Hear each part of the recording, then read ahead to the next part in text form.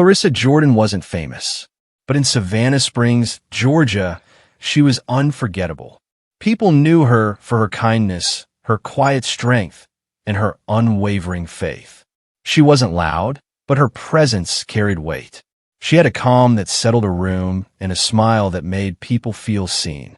Born outside Augusta to a modest family, Clarissa learned early what mattered most: faith, hard work, and integrity. Her mother taught Sunday school. Her father, a retired postal worker, believed character was more valuable than cash. Clarissa absorbed it all. She grew up soft-spoken but firm, principled but compassionate. She worked her way through college, earned a degree in finance, and started at Coastal Credit Bank. 25 years later, she had become regional credit director, respected, exacting, and fiercely dependable. People at the bank called her the one who got it done. But behind the professionalism was someone deeply human.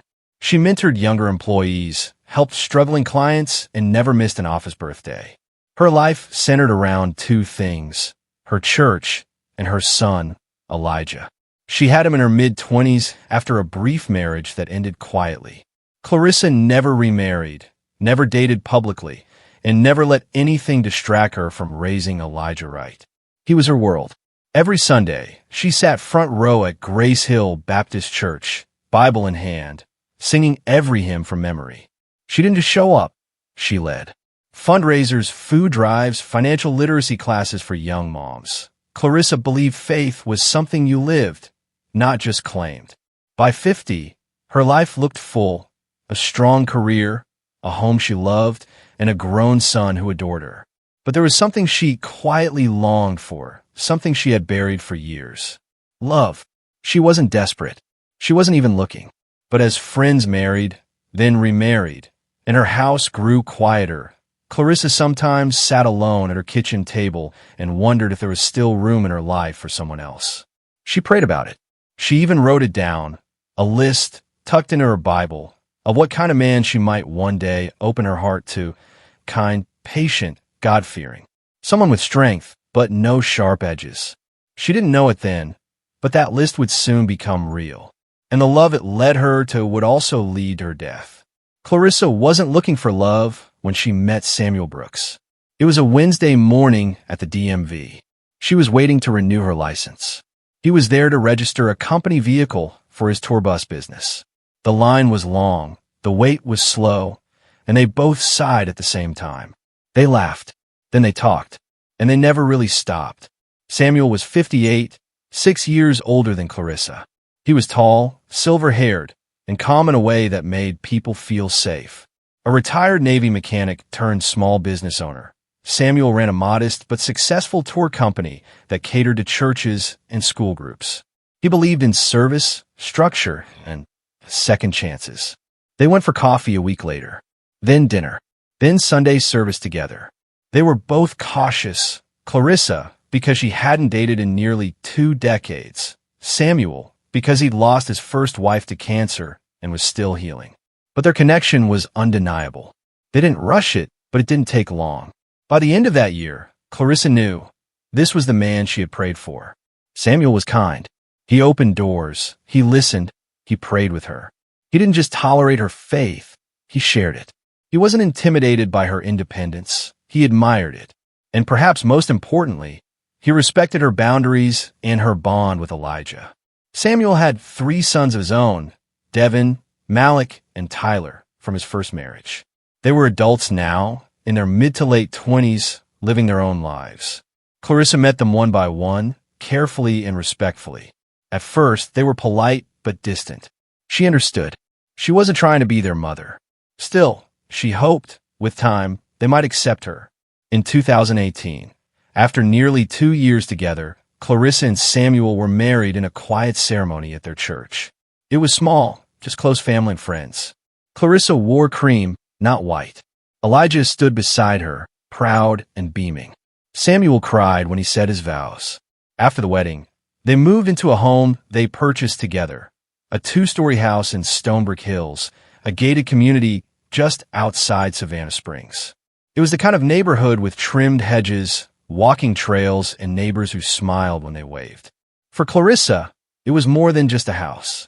It was a fresh chapter. She decorated it slowly. Soft colors, scripture verses on the wall, a cozy kitchen that always smelled like cinnamon or coffee. She planted roses out front and vegetables in the back. Samuel built her a porch swing. On the outside, it looked like the perfect life. And for a while it was.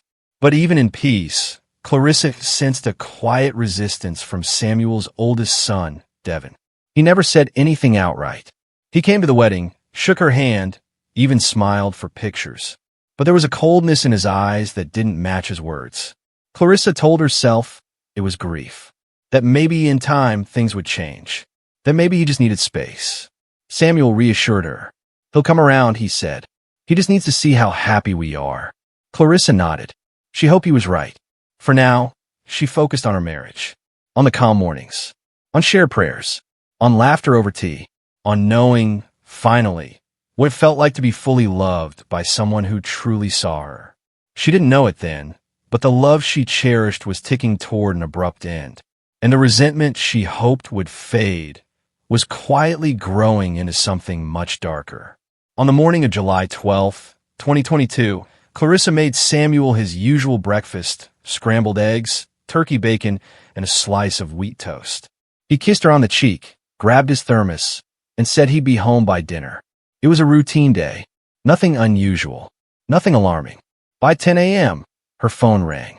The voice on the other end was urgent. "Are you the wife of Samuel Brooks?" Clarissa's heart dropped. Samuel had been in a car accident on Highway 68, just outside Macon. Witnesses said a black SUV had run a red light while speeding from police. Samuel's tour bus van, crossing the intersection legally, was hit on the driver's side at full speed. The impact spun his vehicle into a streetlight pole. He died on the scene. The news crushed her. Clarissa fell to the kitchen floor, phone still clutched in her hand. Elijah rushed over within the hour and held her for what felt like forever. The house that had once been filled with joy now echoed with silence and disbelief. The days that followed were a blur of funeral arrangements, church visits, and condolence calls. Grace Hill Baptist Church hosted the memorial. Hundreds came. Everyone said the same thing. They were so happy. He loved her so much. It's not fair. Clarissa stood stoically through all, but inside, she was unraveling. The man she had waited so long for, the one who made her believe in love again, was gone in an instant. Then came the will. A week after the funeral, the attorney gathered the family to read Samuel's last testament. Clarissa had no idea what to expect, but as the document was read aloud, the air in the room shifted. Samuel had left the majority of his estate to Clarissa, including the house, savings, and business insurance payout. His 3 sons were left smaller provisions, mostly in the form of college bonds and a single rental property to be split between them. Clarissa sat in stunned silence. She hadn't asked for this. She didn't even know the full extent of Samuel's finances. But Samuel had made his choice, one final act of care, meant to ensure she was protected. Devin didn't take it that way. He stood up before the will reading was even over. His jaw clenched, eyes narrowed. "This is bull," he muttered before storming out. Malik and Tyler looked uncomfortable but stayed seated. No one said much after that. Later that evening, Clarissa found herself face to face with Devin in the church parking lot. He had been waiting. "You didn't waste any time, did you?" he said coldly. Clarissa froze. "Devin, I didn't know what Samuel planned. I didn't ask for any of this." "Right," he scoffed. "You just happened to end up with everything. Real convenient." She took a step closer, careful with her tone. "He loved you. He loved all of you. But this was his way of taking care of everyone, including me." "Don't act like the victim," Devin snapped. "You took my father. Now you've taken what was supposed to be ours." Clarissa's voice steadied. "I didn't take anything. I was his wife. We built a life together. He made a choice, and I didn't influence it." Devin shook his head, eyes filled with disdain. "Enjoy the house while you can." She stared at him for a long moment. "Devin, I'm not your enemy. But if you make me one, I won't back down." He didn't respond. He turned and walked away, leaving her alone beneath the parking lot lights, her hands trembling. Clarissa tried to reach out later that week. She called, left messages, even asked the pastor to help mediate. Devin never responded. Then the threats started. Anonymous text messages. Unfamiliar numbers. Short, sharp messages. Sell the house. Or else. You know this isn't yours. You stole what belongs to us. Clarissa reported the messages to police. An officer took down her statement and advised her to be cautious. But without a direct name or traceable source, there wasn't much they could do. Clarissa sat at the edge of the couch, phone trembling in her hand. Elijah stood near the doorway, his jaw tight. Mom, this isn't just some prank. These are threats. Real ones, Elijah said, pacing. I know what they are, Clarissa replied, her voice low but firm. But I won't let them run me out of my home. Then let me stay with you. At least until we figure this out. She looked up at him, eyes soft but unwavering. You have your own life, Elijah. And I won't let fear make me a prisoner in the life your stepfather and I built. It's not fear, Mom. It's being smart. I'm being smart. I've changed the locks, got security cameras. I reported everything. But I won't live like I'm already defeated. Elijah sighed, rubbing the back of his neck. Just promise me. If anything else happens, you'll leave. No pride. No speeches. Just leave. Clarissa nodded slowly. I promise. But nothing's going to happen. She smiled faintly. God got me, Elijah. He always has. She installed a home security system. Changed her locks. Told Elijah everything. Do you want to move? He asked. No, she said. I won't let hate chase me out of the life I built with him. Clarissa clung to her routines. Work during the week. Church on Sundays. Community events. Prayer groups.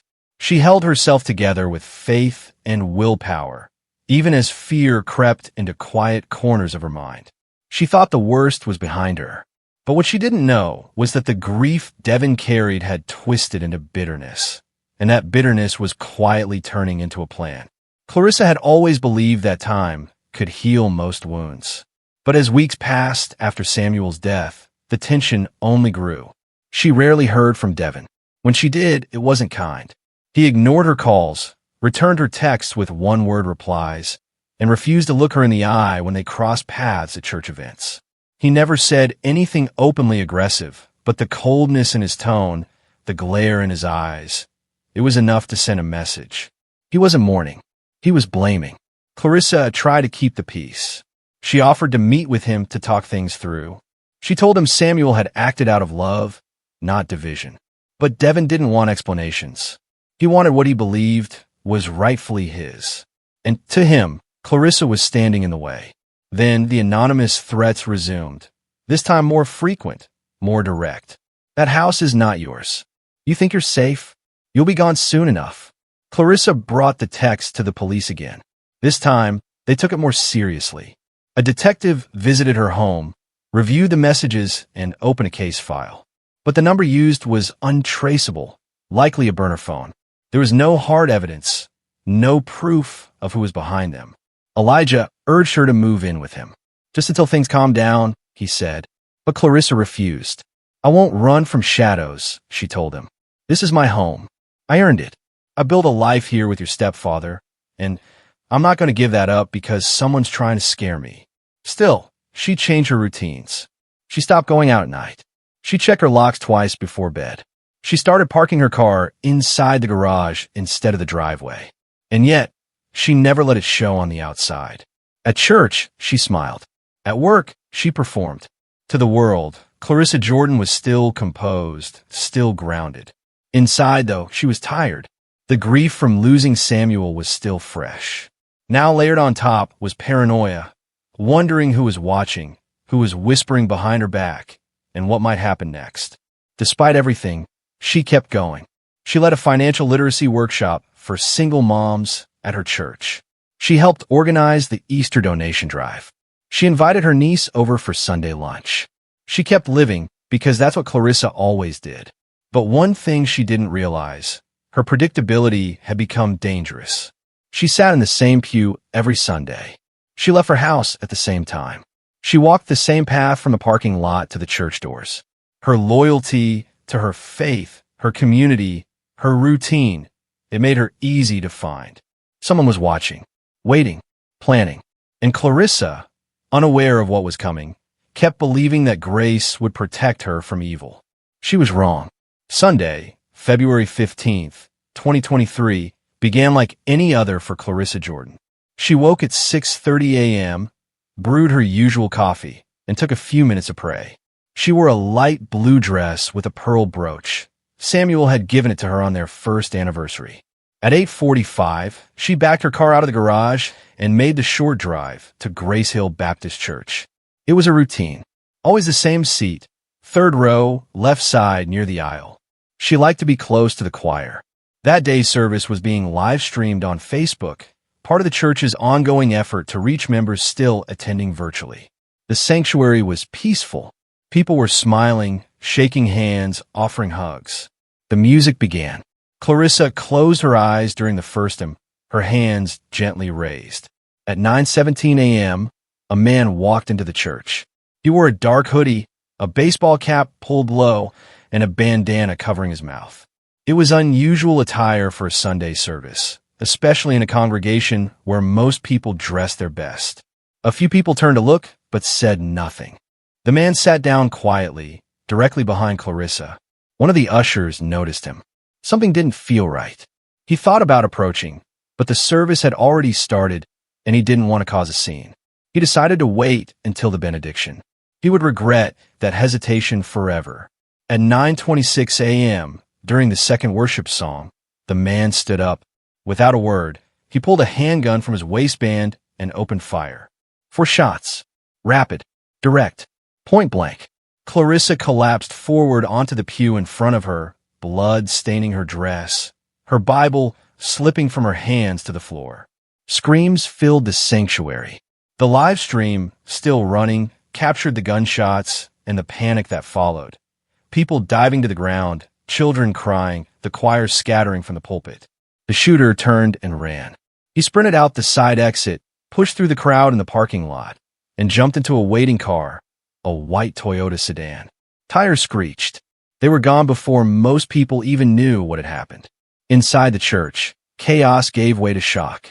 Several members rushed to Clarissa's side, including a nurse from the congregation. But it was too late. She had been hit in the chest and neck. Her pulse was gone. She was pronounced dead at the scene. The live stream was shut off minutes later, but not before hundreds of viewers had seen or heard the horrifying moment. The footage quickly spread online. News crews descended on Grace Hill within the hour. Clips from the live stream went viral within hours, sparking nationwide outrage. Religious leaders, civil rights advocates, and public officials condemned the violence, calling it a direct assault on both faith and public decency. A church is sacred ground, one bishop told reporters. The fact that this was broadcast live only deepens the trauma. Hashtags like hashtag Justice for Clarissa and hashtag Church is Sacred trended across social media. Talk shows dissected every detail of the footage. News outlets ran the story on loop. It was no longer just a local tragedy. It had become a symbol of how far violence could reach, even into the most peaceful spaces. Police arrived and locked down the area. They collected security footage from the church and nearby businesses. Witnesses described the shooter's appearance. Several people remembered the license plate of the getaway vehicle. And then came the break they needed most. The shooter had dropped his phone. In his rush to escape, the gunman had accidentally left behind a smartphone wedged under the pew. Investigators secured it, hoping it might hold answers. As detectives fanned out across the city, the phone was sent to forensics. Within hours, they had a name, Darius Hill, a 27-year-old construction worker with no serious criminal history. But the phone also led to someone else. Marcus Lane, 25, the getaway driver and a part-time employee at the county morgue. His vehicle matched the one seen fleeing the scene. Both men were arrested within 48 hours. But it wasn't until Marcus cracked under pressure that the full picture began to emerge. When asked why he agreed to help, Marcus gave a simple answer. I thought it was just a scare job. But then he said someone was paying for it. Paying good money. Someone who wanted her gone. The detectives leaned in. Who paid him, they asked. Marcus hesitated. Then he said the name out loud. Devin Brooks. With 2 suspects in custody and a dropped phone filled with leads, detectives knew they were close. But they also knew the hardest part was still ahead, proving who ordered the hit. At headquarters, Marcus Lane folded quickly. He confessed to driving the getaway car, but insisted he didn't know the plan included murder. Darius just said it was an intimidation job, Marcus explained. He said a man wanted to scare a woman over some inheritance stuff. That's it.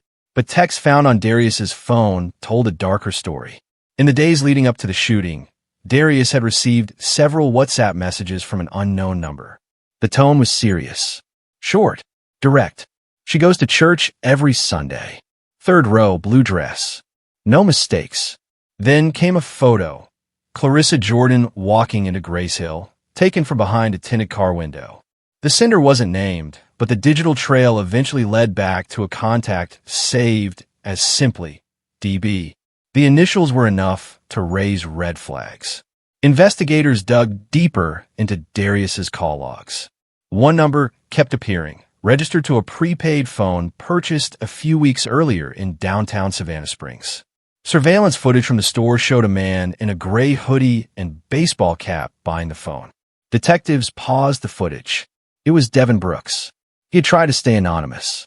He used cash, wore a mask, but the eyes were his, and his walk, recognizable to anyone who had seen him in person. Still, circumstantial evidence wasn't enough. Police needed something stronger. That's when they turned their attention to Marcus again.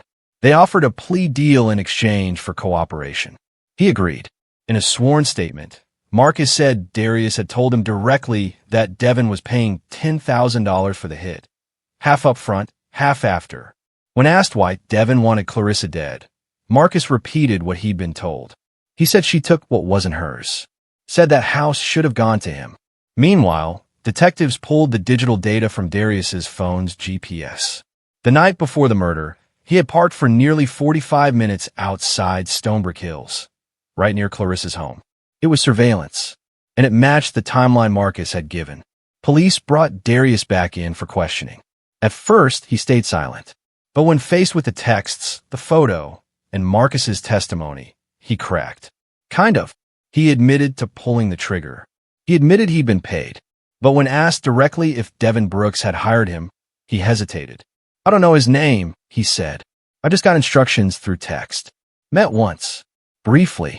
Detectives knew he was holding back, likely trying to protect himself or cut a side deal. But the momentum was clear. Devin was no longer just a person of interest. He was the prime suspect. Police obtained a warrant and arrested Devin Brooks on February 19, 2023, for days after Clarissa's murder. At the press conference, the police chief addressed the community.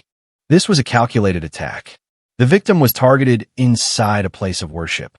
But thanks to swift cooperation, the suspects are now in custody. The public was stunned. Some refused to believe Devin could do such a thing. Others weren't surprised at all, especially those who knew about the tensions over Samuel's will. At Clarissa's job, the bank held a moment of silence.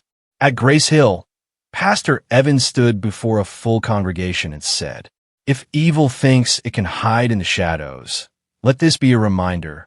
It will always be brought into the light." But for Elijah Jordan, none of it brought comfort. His mother was gone.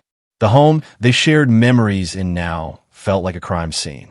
And the man accused of orchestrating it all was someone she had once prayed for, tried to love like family. Justice was on the horizon, but peace was still far away. The arrest of Devin Brooks shook the community, but for Elijah Jordan, it cut deeper than shock. It was betrayal. Elijah had tried, for years, to see the good in Devin. He remembered family barbecues, tense but civil holidays, and his mother's quiet hope that one day, the relationship would soften. Clarissa had never spoken ill of Devin. She believed in patience, in redemption, in family. But now, the truth was staring them in the face. Devin had been plotting her death. The evidence continued to mount. Prosecutors revealed that Devin had withdrawn $5,000 in cash just 3 days before the murder. Security footage showed him handing an envelope to a man matching Darius Hill's description. Then, text records showed Devin asking if the job was still on schedule. Devin's lawyer called the evidence circumstantial. He argued that the messages could have been misinterpreted and that the photo of Clarissa from the church parking lot was deeply invasive, but not criminal. He painted Devin as a grieving son angry over a will, not a killer. But Devin's own words worked against him. During police questioning, he refused to speak. But weeks earlier, in a recorded phone call with a cousin, obtained through a court-ordered wiretap, Devin had said, "She took everything. I don't care how it ends. She doesn't deserve that house." That one sentence became the core of the case. Prosecutors labeled it motive. Elijah called it confession. As the trial date approached, the community remained divided. Some believed the evidence was strong. Others insisted Devin was being framed. Social media lit up with debates, speculation, and theories. But for those closest to Clarissa, there was only grief. Elijah struggled with the weight of all. Not only had he lost his mother, but her death now lived online. A murder captured on livestream, replayed and reposted endlessly. He avoided it at first, but one night, unable to sleep and drowning in questions, Elijah opened his laptop. The video had been saved and reposted dozens of times. He clicked on one, hands trembling. There she was, his mother, smiling gently, eyes closed, hand raised during worship. Then came the gunshots, the screams, the stampede. Elijah froze, watching her collapse forward in real time. It wasn't just a clip. It was a moment frozen in hell. He slammed the laptop shut, breathing hard, heart pounding. For the rest of the night, he sat in the dark, unable to erase what he had just seen. From that day on, he refused to open any video links. The image was already burned into memory. A few days later, Elijah's longtime friend Marcus came by and found him sitting in the dark, the lights off, his head in his hands. "Elijah, man, you got to eat something," Marcus said gently, setting down a bag of food. "You ever watch your mom die in high definition?" Elijah murmured without looking up. Marcus swallowed hard. "No, I can't imagine." Elijah finally looked at him, eyes bloodshot. She was smiling, just worshiping like she always did. And then his voice cracked. Then he just ended it, like she meant nothing. Marcus sat beside him in silence. "It wasn't just murder," Elijah said. "It was a message, and the whole world saw it. That's what I can't forget." "Then let them see your answer," Marcus whispered. "Let your grief do something. Let build something that matters." Elijah nodded slowly, a new resolve starting to take shape in his heart, one he couldn't quite name yet. The face of the man behind her in that video now had a name, and worse, a connection to the family. He avoided the courthouse on most days. Too many cameras, too many whispers. Instead, he stayed home, sorting through his mother's belongings, each one a reminder of the life they had built and the life that had been stolen. The betrayal didn't stop with Devin.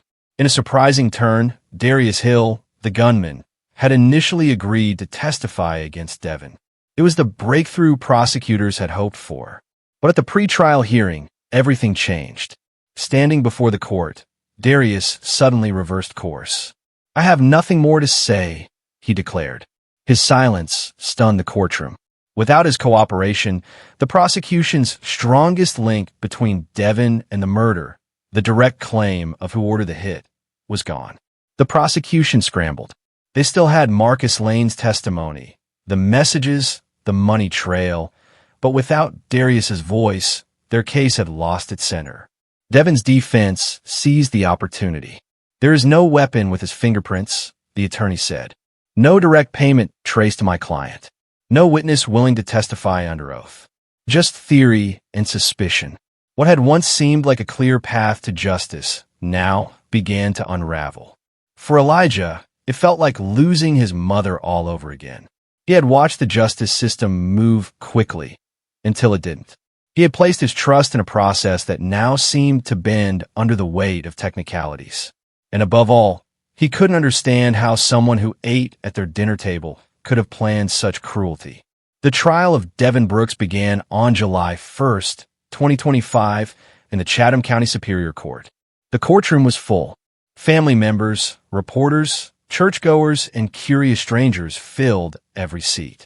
Outside, protesters held signs. Some demanded justice for Clarissa. Others insisted Devin was innocent. For Elijah Jordan, it wasn't about public opinion. It was about closure. For 2.5 years, he had lived in the shadow of his mother's death, waiting for the system to deliver answers. The prosecution opened with a stark statement. This was not a random act of violence. This was a calculated execution, driven by greed and resentment. And the man who orchestrated it is sitting right here. They presented everything. Marcus Lane's testimony, text messages from burner phones, surveillance footage of Devin buying a prepaid device, the withdrawn cash, the recorded phone call. Piece by piece, they built the story. But the case had a missing link. No confession and no testimony from the gunman. Darius Hill remained silent. The jury never heard from him. And without his voice, the prosecution could only imply what had happened, not prove it beyond doubt. Devin's defense team took full advantage. They argued that Devin's anger over the will was understandable, even justified, but not criminal. They claimed the cash withdrawal was for a car purchase, not a murder plot. They dismissed Marcus Lane's statement as unreliable, a desperate move to save his own skin. They attacked the timeline. They highlighted the absence of forensic evidence. No fingerprints on the weapon. No direct message ordering the murder. No financial transfer that tied Devin directly to Darius. In closing arguments, the defense said, this case is built on guesses, on grief, on emotion, but not on proof.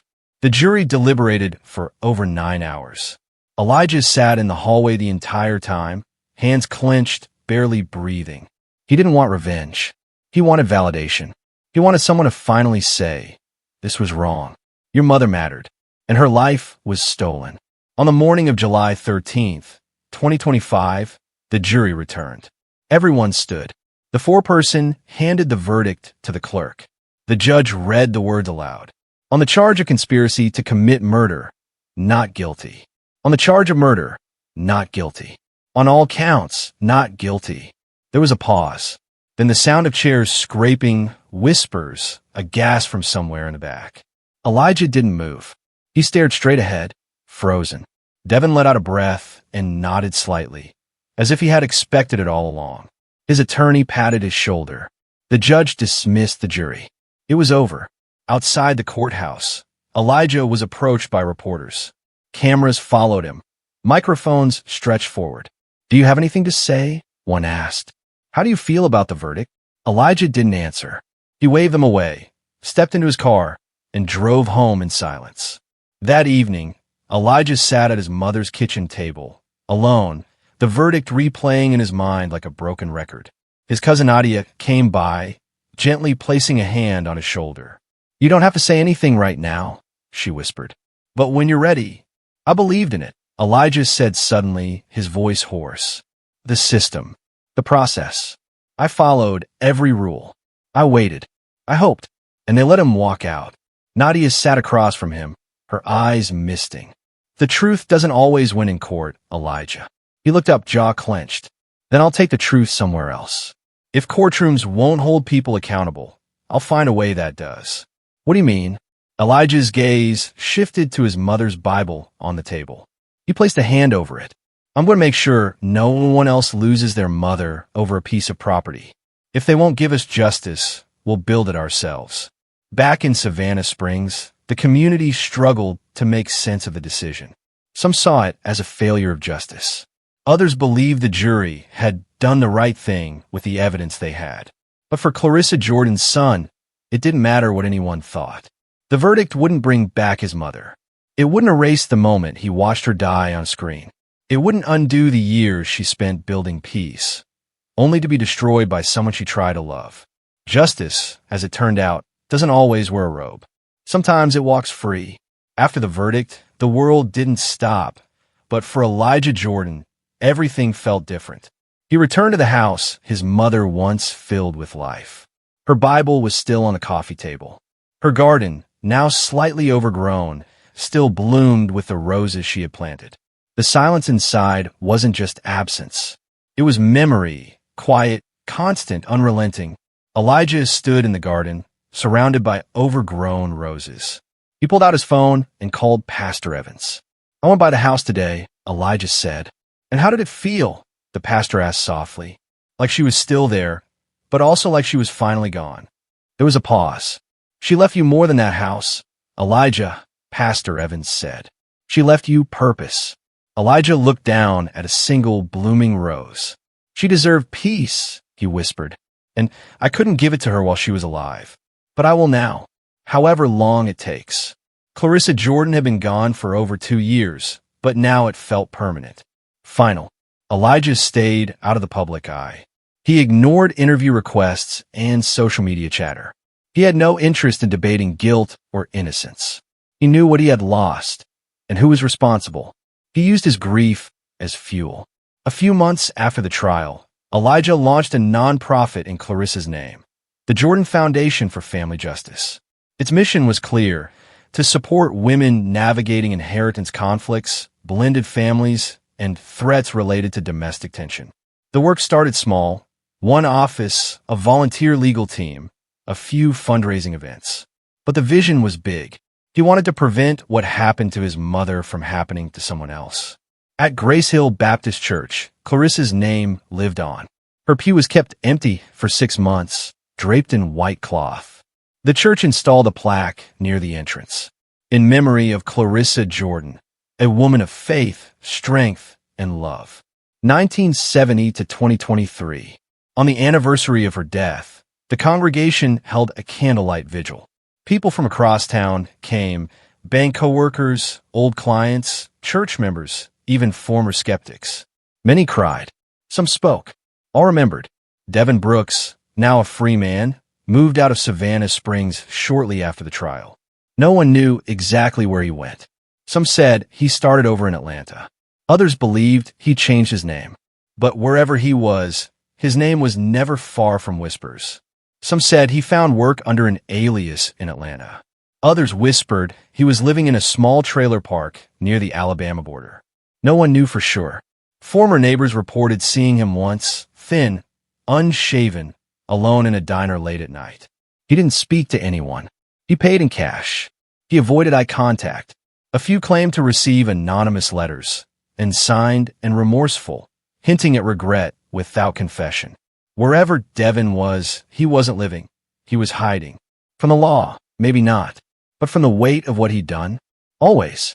Darius Hill remained in prison, serving 42 years without the possibility of parole until 2053.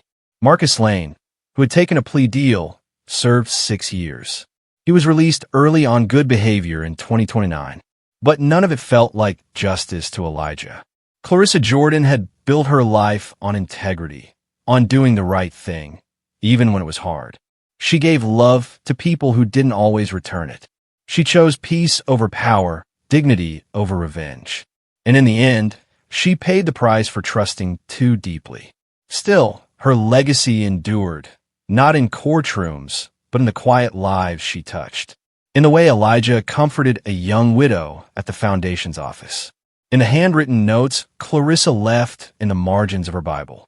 In the way her story warned others that sometimes the greatest danger doesn't come from strangers, but from those we call family. Clarissa didn't die forgotten. She died loved. And now, she was remembered.